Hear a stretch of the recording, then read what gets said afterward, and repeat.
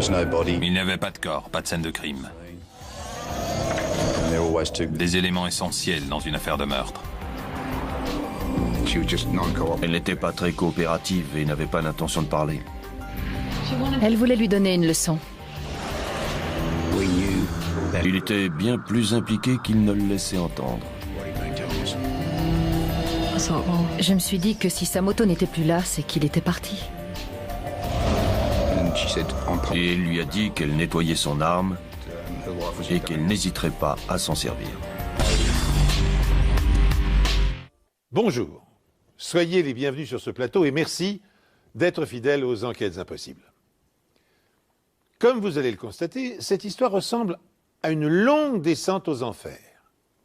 Elle commence dans la verdoyante campagne australienne et elle se termine devant la Cour suprême quand, au terme d'un procès retentissant, le procureur compare cette histoire à la scène la plus insoutenable du film Le Parrain. Une seule différence, cette fois, les personnages sont bien réels et les conséquences de leurs actes sont indélébiles.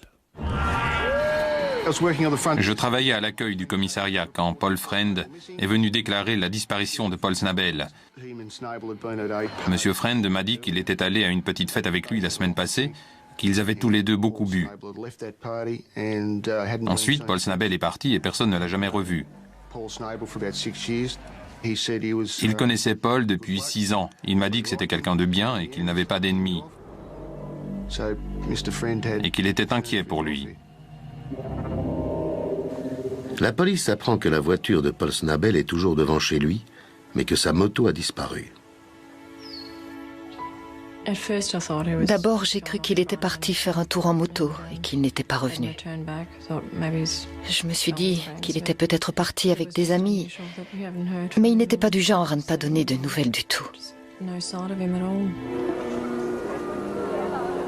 Le frère et la sœur sont très proches. Quelques mois plus tôt, Paul a conduit son unique sœur à l'hôtel pour son mariage. Ce jour-là, il était accompagné de Karen Randall. Ils étaient ensemble depuis 2 ans. C'était une relation assez houleuse qui cessait et reprenait. Et 2 mois avant, Paul avait agressé Karen, à qui il avait laissé un œil au beurre noir. C'est à la soirée organisée par Donna, la sœur de Karen, que le colocataire de Paul Snabel a vu celui-ci pour la dernière fois. Mais la police apprend qu'il a ensuite été vu chez Karen. Paul et Donna s'y sont rendus après la fête. Karen allait déménager, et donc elle faisait ses cartons, et Paul était censé l'aider. Mais au lieu de ça, Paul a continué à boire. Ce qui a vraiment agacé Karen, qui lui a demandé alors de partir. À 17h ce jour-là, il est parti avec sa moto et c'est la dernière fois qu'il a été vu vivant.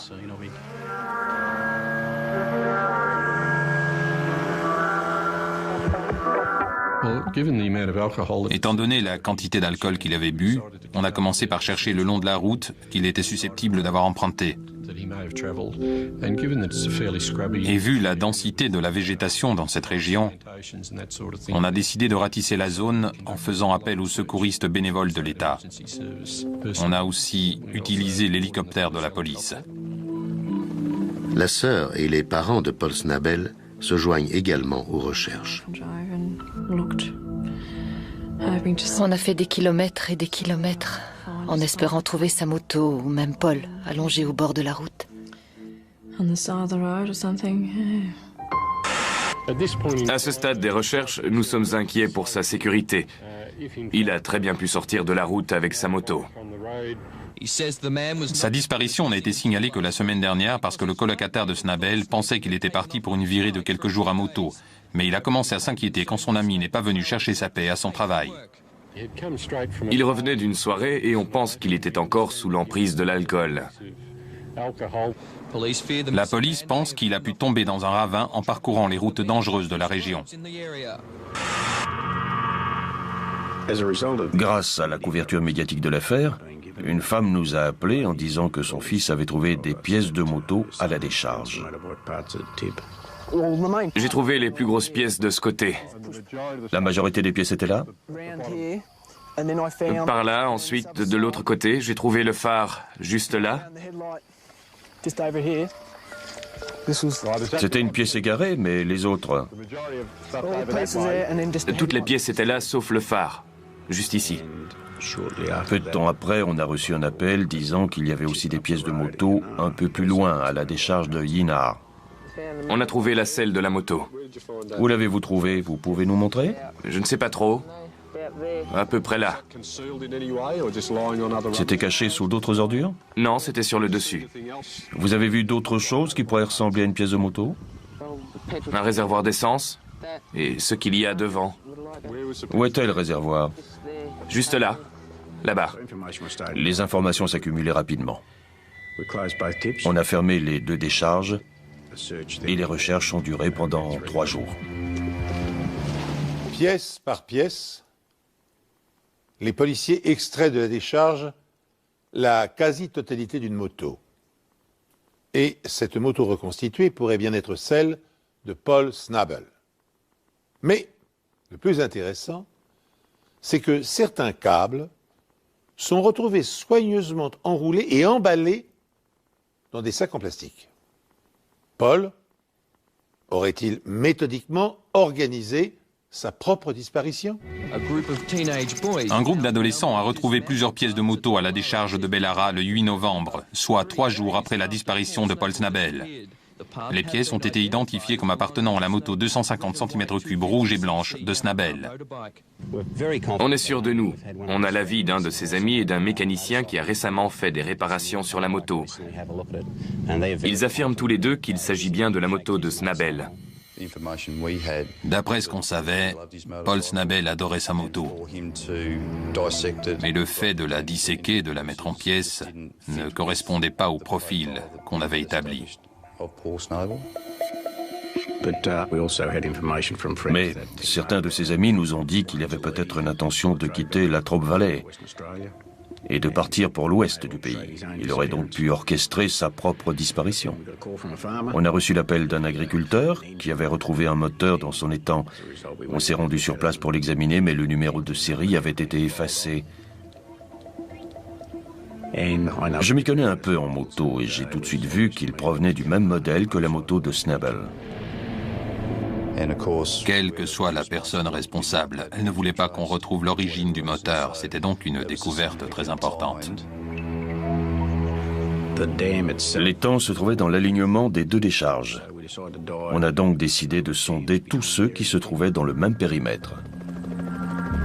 On recherchait d'autres pièces de moto et on savait qu'on allait peut-être retrouver un corps.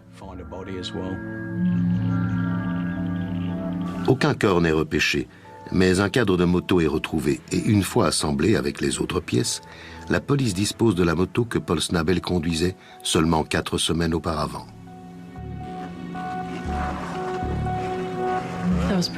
J'étais très inquiète pour lui.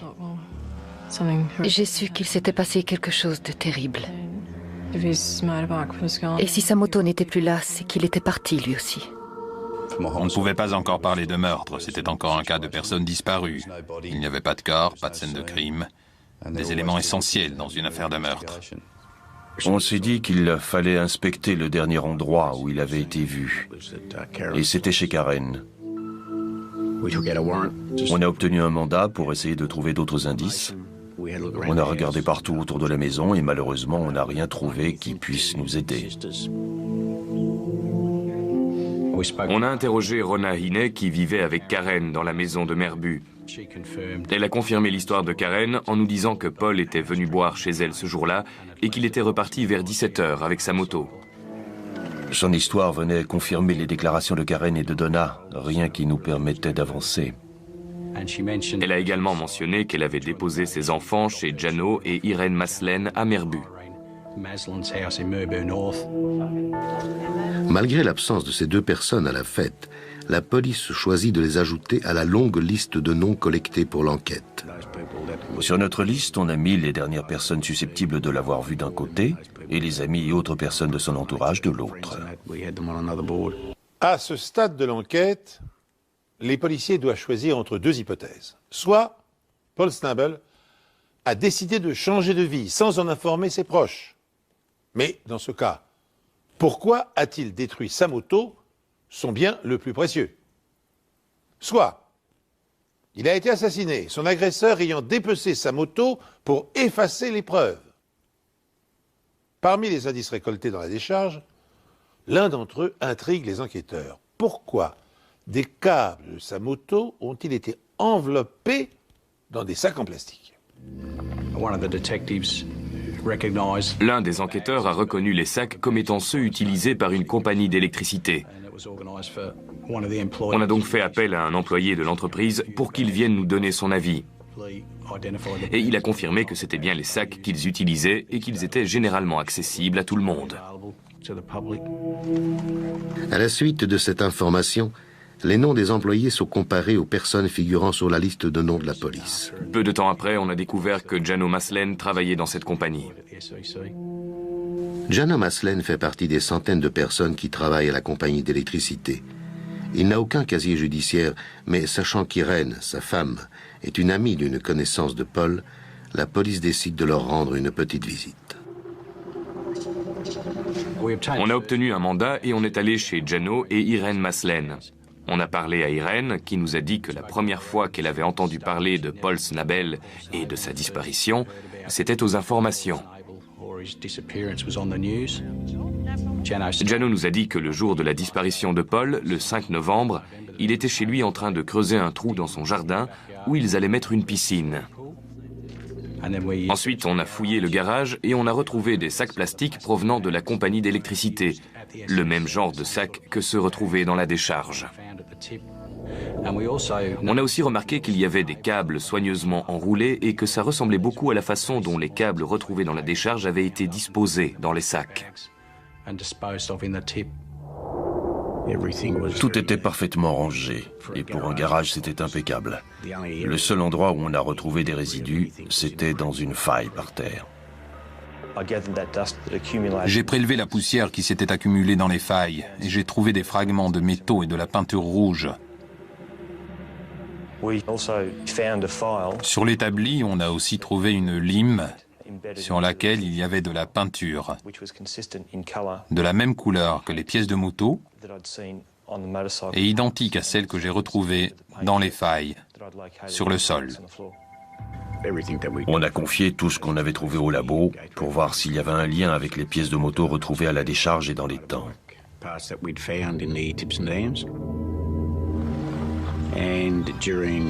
Ensuite, j'ai décidé de retourner interroger Jano et Irène Maslen pour voir s'ils pouvaient nous faire une déposition sur ce qu'ils avaient fait ce jour-là.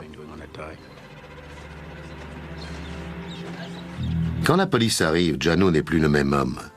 Alors qu'il s'était montré plutôt coopératif la première fois, il dit à la police que sa femme et lui ne feront aucune déclaration.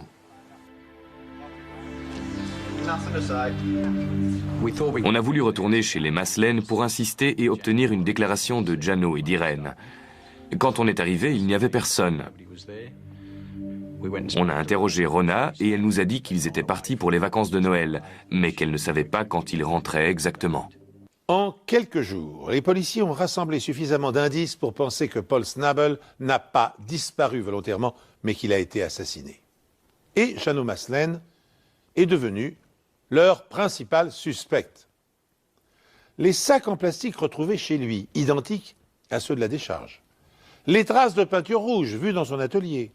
Son refus de répondre aux questions des policiers et sa brusque disparition l'accusent. Tandis que les Maslen sont activement recherchés, les enquêteurs apprennent que Karen, l'ex-petite amie de Paul, vient d'être admise dans une clinique pour soigner un état dépressif. La jeune femme a-t-elle cédé à la pression? À moins qu'elle ne soit impliquée dans le drame d'une manière ou d'une autre. La relation entre Karen Randall et Paul Snabel a toujours été mouvementée. Au moment de sa disparition, ils ne vivent plus ensemble. Karen est pourtant l'une des dernières personnes à l'avoir vue. Quand on est allé voir Karen à l'hôpital, elle était très fragile moralement. On ne croyait pas à son implication dans la disparition de Paul, mais on sentait qu'elle en savait plus que ce qu'elle voulait bien nous dire. Quand on a interrogé Karen, on lui a parlé des progrès de l'enquête. Et c'est à ce moment-là qu'elle a craqué et fondu en larmes, en nous disant qu'elle avait menti dans sa première déclaration. La première fois, elle nous avait dit que Donna, Ronna et elle se trouvaient chez Ronna avec Paul. Mais ce qu'elle ne nous a pas dit, c'est qu'il y avait aussi Irène. Karen nous a confié que Paul grinçait des dents, comme quelqu'un qui avait pris des amphétamines. Et il commençait à devenir un peu entreprenant avec elle. Il lui caressait le dos, et elle aurait confié à Irène qu'elle détestait ça. Elle a ajouté qu'elle était partie avec Donna, et que Paul était resté avec Irène et Ronna. Le lendemain, Karen et Donna sont allés chez Irène. Cette dernière a pris Karen à part pour lui dire que Paul ne lui causerait plus jamais d'ennui.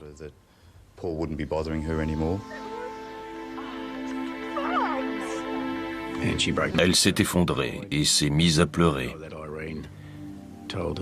Irène lui a dit qu'elle devait se contrôler, sans quoi elle risquait d'avoir des problèmes.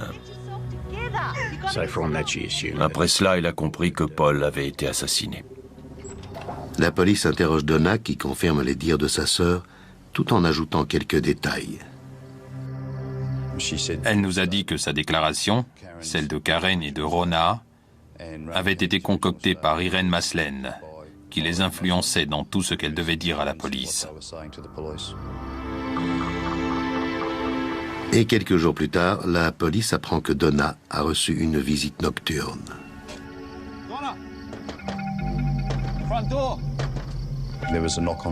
Quelqu'un a frappé à la fenêtre de sa chambre et lui a dit qu'il était venu la chercher à la demande d'Irène.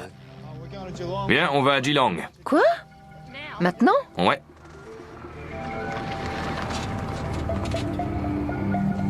Lorsqu'elle arrive à la maison de vacances d'Irène, elle est conduite à l'écart.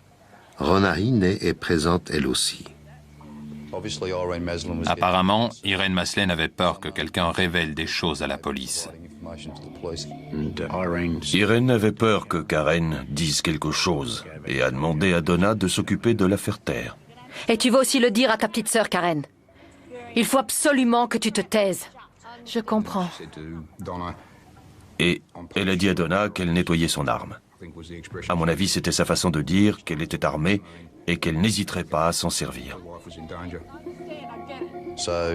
Les Maslen sont alors devenus notre centre d'intérêt, et particulièrement Irène. On est allé là où les Maslen étaient censés séjourner. On a frappé à la porte et c'est un certain Ian Gillen qui nous a ouvert. Il nous a dit que les Maslen étaient bienvenus ici, mais qu'on les avait manqués parce qu'ils étaient partis la veille. Grâce à ces informations, les policiers entrevoient l'ombre d'une conspiration. Sous l'autorité d'Irène Maslen, les amis de Karen se sont-elles coalisés pour éliminer Paul? Pour en avoir confirmation et déterminer le rôle joué par chacun, les enquêteurs interrogent Donna, la jeune sœur de Karen. Sans doute pour alléger sa conscience, cette dernière raconte alors ce qui s'est réellement passé le jour où elle a emmené Paul dans la maison isolée qu'occupaient Karen et Ronna. J'étais sur le canapé et je crois que Karen était sur le lit de Ronna. Je les ai entendus parler. Elle voulait faire une injection d'amphétamine à Paul. Qui disait ça? Ronna et Irène. Finalement, elles ont réussi à le convaincre. Ils étaient là dans la cuisine. Et quand j'ai rouvert les yeux, ils n'étaient plus là. Et puis, je les ai vus ressortir de la salle de bain. Irène Maslen a confirmé plus tard qu'elle lui avait fait une injection, mais que c'était un mélange d'amphétamine et de solution acide. Et elle m'a dit... Sors d'ici parce qu'il va tomber. Et si tu veux pas voir ça, il vaut mieux que tu partes. Ou quelque chose comme ça. Elle s'attendait à ce qu'il s'écroule dès qu'elle lui aurait injecté le produit. Et à ce moment-là, Karen et Donna sont partis.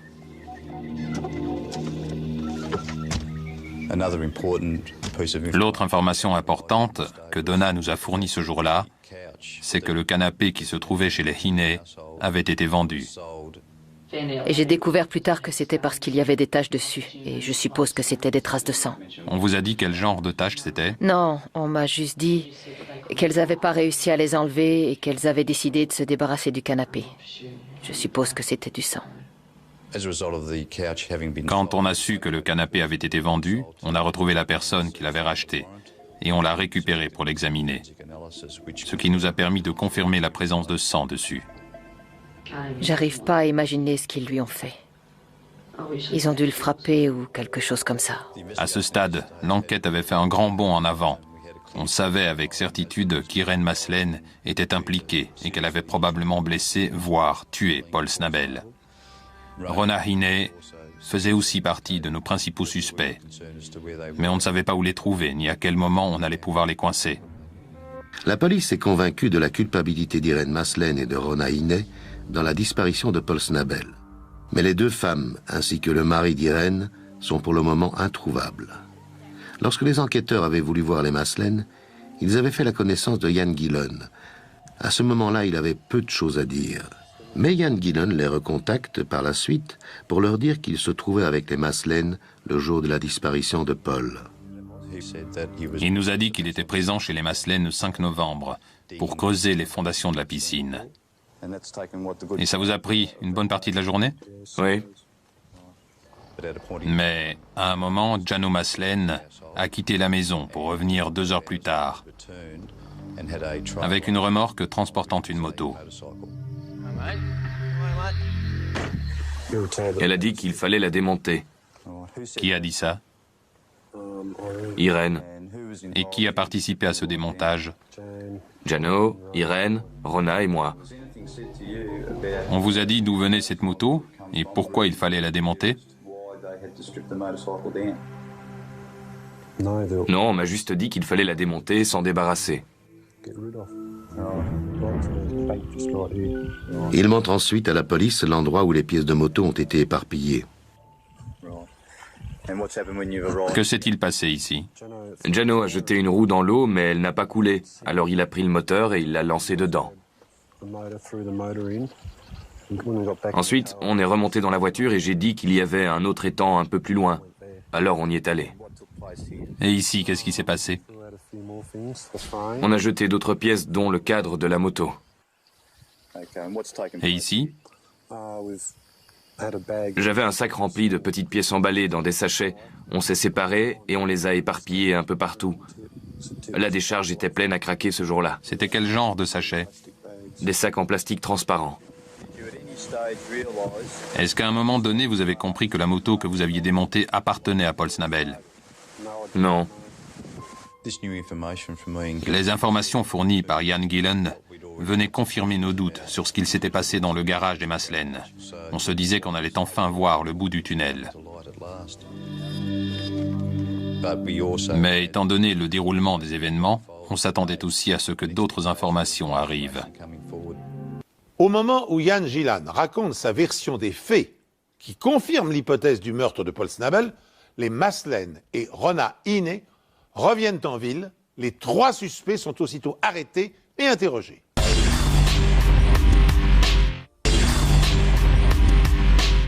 Au moment où Jan Gillon raconte sa version des faits, qui confirme l'hypothèse du meurtre de Paul Snabel, les Maslen et Rona Hine reviennent en ville. Les 3 suspects sont aussitôt arrêtés et interrogés. En commençant par Irene, qui apparaît comme l'instigatrice du traquenard. Je dois vous dire que vous avez le droit de garder le silence. Tout ce que vous direz pourra être retenu contre vous, vous comprenez? Oui. Je dois aussi vous informer des droits suivants.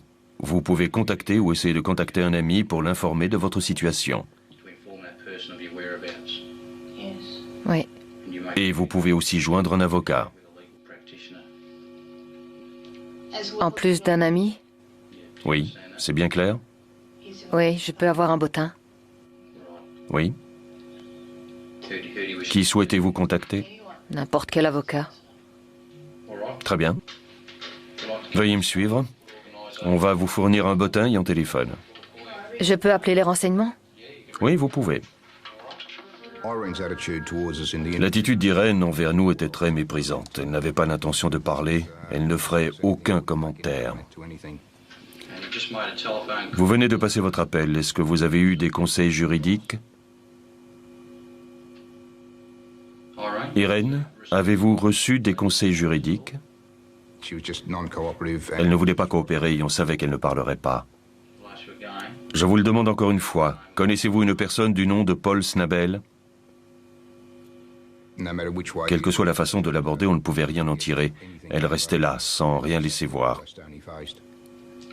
Vous m'entendez, Irène? Vous voulez dire quelque chose sur ce qu'il s'est passé dans cette maison d'Ingles Road à Merbou le 5 novembre 1989?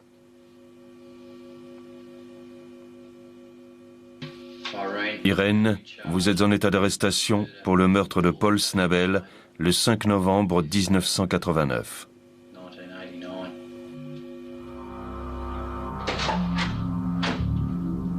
En revanche, Rona Hiney est loin d'avoir le même aplomb.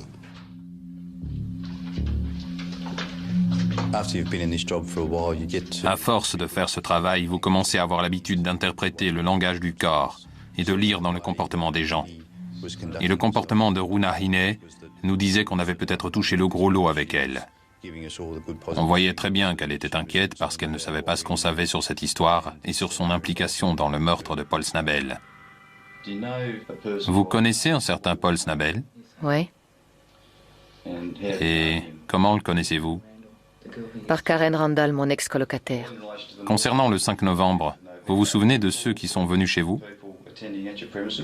Oui. C'était qui? Donna et Paul. Et que s'est-il passé quand Donna et Paul sont arrivés? On a bu un café. Rona était très nerveuse et très inquiète en voyant sa première déclaration sur le bureau. Cette déclaration est-elle exacte? Je n'ai pas de commentaire à faire dessus. Pas de commentaire. Non. Et est-ce qu'il y a une raison pour que vous ne vouliez pas faire de commentaire sur la déclaration que vous avez faite à la police? Non, pas vraiment. Peu de temps après cet interrogatoire, Rona est venue parler à l'inspecteur John Rawlinson et à moi-même pour nous dire que Ian Gillan était bien plus impliqué qu'il ne nous l'avait laissé entendre. Après des mois de mystère autour de la disparition de Paul Snabel, Irène Mazelen, son mari Ian Alfred et leur ami Rona Hiney ont été arrêtés la nuit dernière pour meurtre. Interrogé peu de temps après son arrestation, Rona Hiney, l'ex-colocataire de Karen, décide qu'elle ne paiera pas seule pour le meurtre de Snabel. Elle désigne alors un conspirateur qui ne figurait pas jusqu'à présent sur la liste des suspects. Ian était à la porte avec une batte de baseball. Rona déclare à la police que Ian Gillan n'a pas uniquement participé au démontage de la moto et à la dissimulation des pièces dans les décharges locales. J'aimerais parler avec vous du meurtre de Paul Joseph Snabel. Vous connaissez Paul Snabel? Oui. Comment le connaissez-vous? Je l'ai rencontré le 5 novembre chez Rona. Dans le canapé, il y avait un homme que je ne connaissais pas. On me l'a présenté. Il s'appelait Paul Snabel. Rona nous a proposé un verre qu'on a accepté. Et puis Rona et Irène sont allés dans la cuisine. Je les ai suivis et Irène a dit « Cet homme doit partir, Yann. Tu veux bien l'assommer pour moi ?» Je ne savais pas comment le prendre. On est revenu avec nos verres. Ian Gillan ne savait plus ce qu'il devait faire. Il s'est levé pour ramener son verre à la cuisine et c'est là qu'Irène l'a interpellé pour lui demander s'il était décidé à le faire. J'ai repéré la batte de baseball. Elle était contre le mur, comme ça. Que s'est-il passé ensuite? Je suis resté planté là pendant au moins 5 à 10 minutes parce que je ne voulais pas le faire. À quoi vous pensiez à ce moment-là? Je me disais que je ne pouvais pas le faire, que je n'avais pas envie de le faire. Ian était debout à côté de la porte avec une batte de baseball et j'ai quitté la pièce pour aller dans la chambre de mon fils où je suis restée un petit moment. Irène est entrée et je lui ai dit qu'il valait peut-être mieux que Ian emmène Paul dehors, qu'il lui mette une correction et le renvoie chez lui. Et ensuite, Je suis entré dans la pièce avec la batte de baseball vers le bas, comme ça.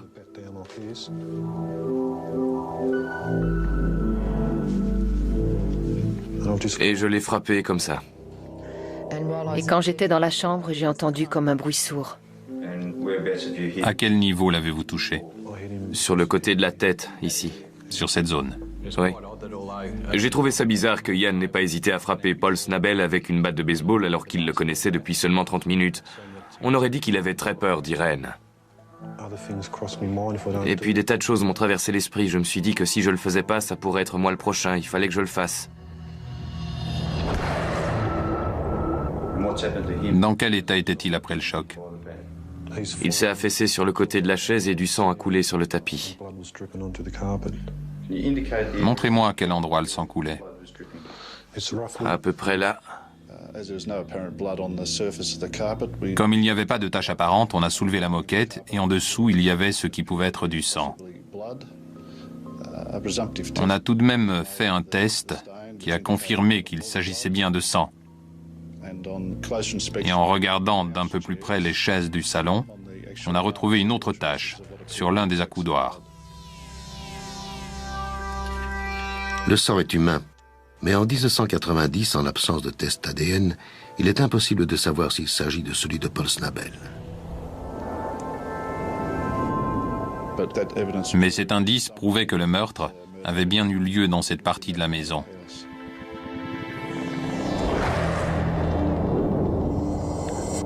Mais la mort est-elle due au coup à la tête ou à ce que Ian Gillan s'apprête à dévoiler?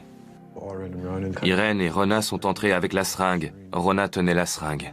Et j'étais censée enfoncer une aiguille dans le bras de Paul, mais je pouvais pas le faire parce que j'étais trop nerveuse. Elles ont essayé de lui faire une injection dans le bras. Il était toujours assis sur sa chaise? Il était toujours assis, mais elles n'arrivaient pas à lui planter l'aiguille. Et pourquoi ne l'avez-vous pas fait? J'étais trop nerveuse pour le faire et trop terrifiée.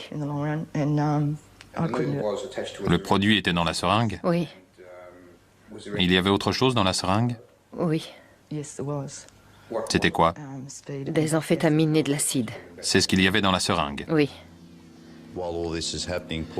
À ce moment-là, Paul a commencé à émettre des sons qui montraient qu'il allait se réveiller. Et Gillan n'arrivait toujours pas à croire ce qu'il avait fait. Mais Irène lui a demandé de le frapper encore une fois. Je lui ai donné un autre petit coup et il est retombé. Après le deuxième coup de batte, il y avait du sang partout. Ian Gillan s'est précipité à l'extérieur pour prendre de l'air. Ian était dehors, il ne se sentait pas bien. Et puis je suis sortie aussi parce que je commençais à me sentir mal. Je peux être grossière? Ouais. Parce que j'ai dit, c'est vraiment la merde, je veux partir d'ici. Et Ian a dit oui. Je suis rentré et j'ai vu qu'Irène avait un sac plastique dans la main. Elle s'est dirigée vers Paul et lui a mis sur la tête avant de le fermer en lui enroulant un bandeau autour du cou. Il était toujours sur la chaise? Oui. 20 à 25 minutes plus tard, j'ai vu qu'il ne respirait plus.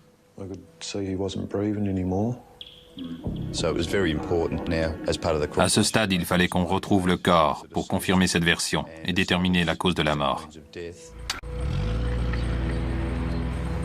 Déterminée à aller jusqu'au bout dans sa confession, Rona Hiney parle de ce qu'Irène et elle ont fait du corps. On a roulé jusqu'à un endroit appelé Shady Creek, mais je n'y étais jamais allée avant. Et c'est là que vous avez trouvé le bon endroit. Oui, on a roulé quelque temps. Le corps de Paul était dans la voiture? Oui. Où? Sur la banquette arrière. Vous l'aviez couvert? Je crois que c'était une bâche. Et comment vous l'avez sorti de la voiture? Irène m'a demandé de l'aider, alors je me suis approchée, mais je me sentais pas bien. Alors je suis revenue près de la voiture où je suis restée quelques minutes. Il y avait des branches et je n'ai pas vraiment vu ce qu'il s'était passé après ça.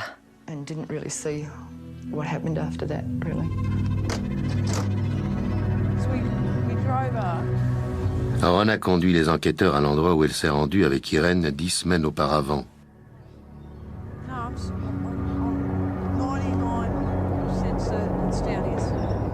Avouez que cette scène de crime est proprement hallucinante.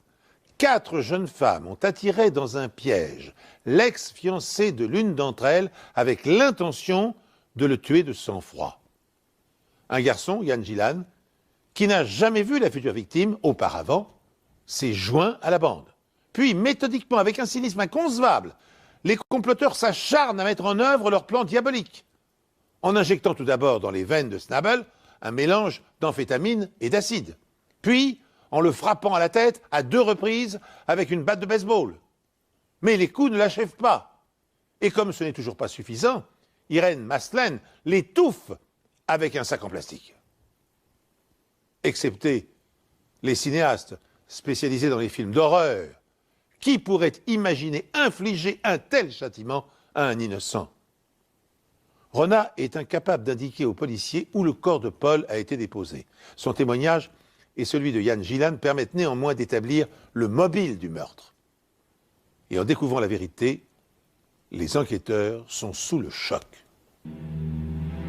Ian Gillan a avoué que Paul avait été tué.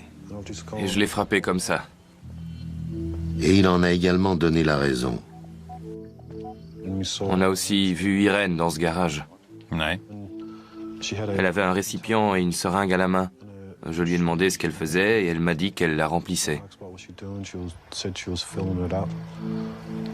Elle m'a dit que Paul devait mourir parce qu'il frappait tout le temps Karen, mais que Karen était trop effrayée pour le dire à la police. Il fallait qu'il meure avant de la tuer. Une déclaration confirmée par Rona. Mais les 2 femmes ne sont pas les seules à avoir préparé ce meurtre. Vous en avez parlé avant, je suppose. 2 jours. 2 jours. Et quand vous en avez parlé, qui était présent? Irène et moi, Donna et Karen. Donc elle savait ce qui allait se passer. Oui. Et vous étiez toutes d'accord sur le fait qu'il devait mourir. Oui. J'étais choqué par cette information parce que Karen et Donna nous avaient beaucoup aidés dans notre enquête. Et de témoins majeurs, elles sont devenues les principaux suspects. À partir de là, on devait les considérer comme des membres de la conspiration. Il fallait donc qu'on les interroge. On a eu une discussion au sujet de Paul. Irène voulait s'en charger. Elle voulait lui donner une leçon. Irène ne l'aimait pas. Elle ne l'aimait vraiment pas. Rona n'avait rien contre lui, mais après... Y avait-il une raison pour qu'Irène ne l'aime pas? Je crois que c'est parce qu'elle m'a vue avec un œil au beurre noir. Elle ne l'avait pas souvent rencontré et elle ne le connaissait pas vraiment. Mais elle a juste dit qu'elle voulait s'en débarrasser. Mais ça voulait dire quoi d'après vous? S'en débarrasser, je suppose qu'elle parlait de le tuer. On a découvert que tout le monde avait un rôle à jouer. J'étais censée l'amener à la maison de Merbou. Karen était censée l'attirer là-bas. On s'est dit que je serais la mieux placée pour l'attirer là-bas parce qu'il ferait ce que je lui demanderais de faire. Donna a donc organisé une petite fête et a invité Paul. Et pendant qu'il s'y trouvait, Karen l'a appelé pour l'inviter à venir chez elle. Donna a conduit Paul à la maison de Merbou et Irène et Rona étaient là. Leur rôle était de faire une injection d'acide à Paul, ce qui devait le tuer.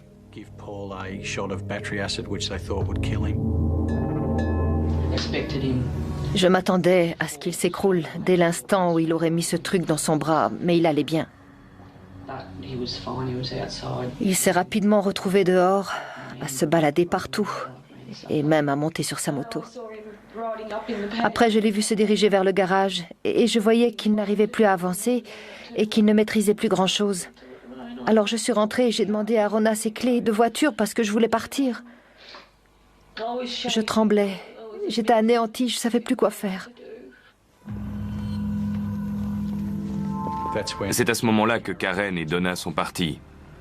Et quand elle a vu que l'injection ne faisait pas effet, Irene a fait appel à Ian pour frapper Paul avec une batte de baseball. Et comme il était encore en vie, Irene est intervenue en lui mettant un sac plastique sur la tête pour l'achever. Même si Paul était encore en vie au moment où Karen et Donna ont quitté la maison, elles ne pouvaient pas ignorer le sort qui l'attendait. Et elles n'ont rien tenté pour empêcher que le massacre se produise. Elles sont donc accusées de complicité de meurtre. Je pensais pas que ça allait vraiment arriver. Je suppose qu'après avoir entendu parler de l'acide, vous saviez ce qui arriverait à la personne à qui on injecterait ce produit. Je savais qu'elles en parlaient. Je savais que l'acide pouvait tuer. Et vous avez contacté Paul? Je crois pas. Vous ne l'avez pas appelé pour le prévenir ni alerter quelqu'un d'autre sur le fait qu'il ne devait pas se rendre à cette fête? Non, je ne l'ai pas contacté. Très bien. À ce moment-là, vous n'avez pas contacté la police ni tenté d'alerter quelqu'un sur ce qui allait se passer après cette discussion. Non. Vous pouvez me dire pourquoi? Parce que j'avais peur. Je sais pas. Croyez-le ou non, mais j'avais peur. J'ai jamais participé à un truc pareil avant. On avait donc plusieurs personnes accusées de meurtre, mais on n'avait toujours pas de corps. Et bien sûr, il fallait absolument qu'on le retrouve pour rassembler les preuves scientifiques nécessaires pour confirmer la version des événements.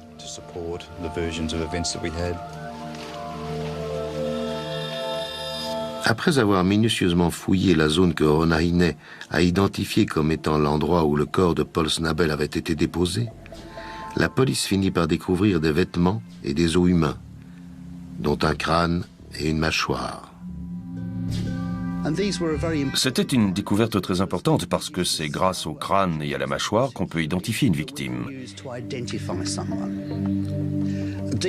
On a procédé à un examen dentaire approfondi et les dents retrouvées sur la mâchoire supérieure et inférieure correspondaient à celles de Paul Snabel. Le crâne de Paul permet de prouver d'autres éléments. En examinant le crâne, on a découvert que sur le côté gauche de la tête, il y avait d'importantes fractures parcourant toute la moitié du crâne. Et les caractéristiques de ces fractures indiquaient qu'il avait reçu plusieurs coups d'une incroyable violence sur la tête. De pareils coups sont susceptibles de provoquer une perte de conscience immédiate, si ce n'est la mort.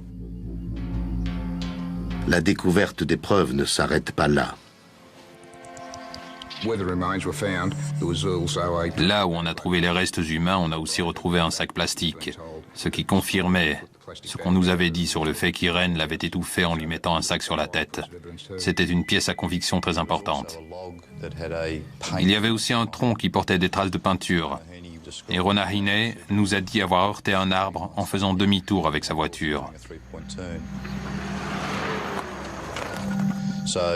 Alors, quand on a retrouvé ce tronc avec cette peinture, ça a été un élément de premier ordre pour faire le lien entre la voiture des Maslènes et la présence de ce véhicule à l'endroit où le corps avait été retrouvé. Quand je suis arrivé sur les lieux ce jour-là, j'étais très satisfait.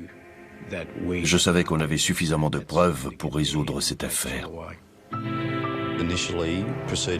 Les premières procédures ont été lancées contre Donna et Karen Randall, Ian Gillan et Rona Hine.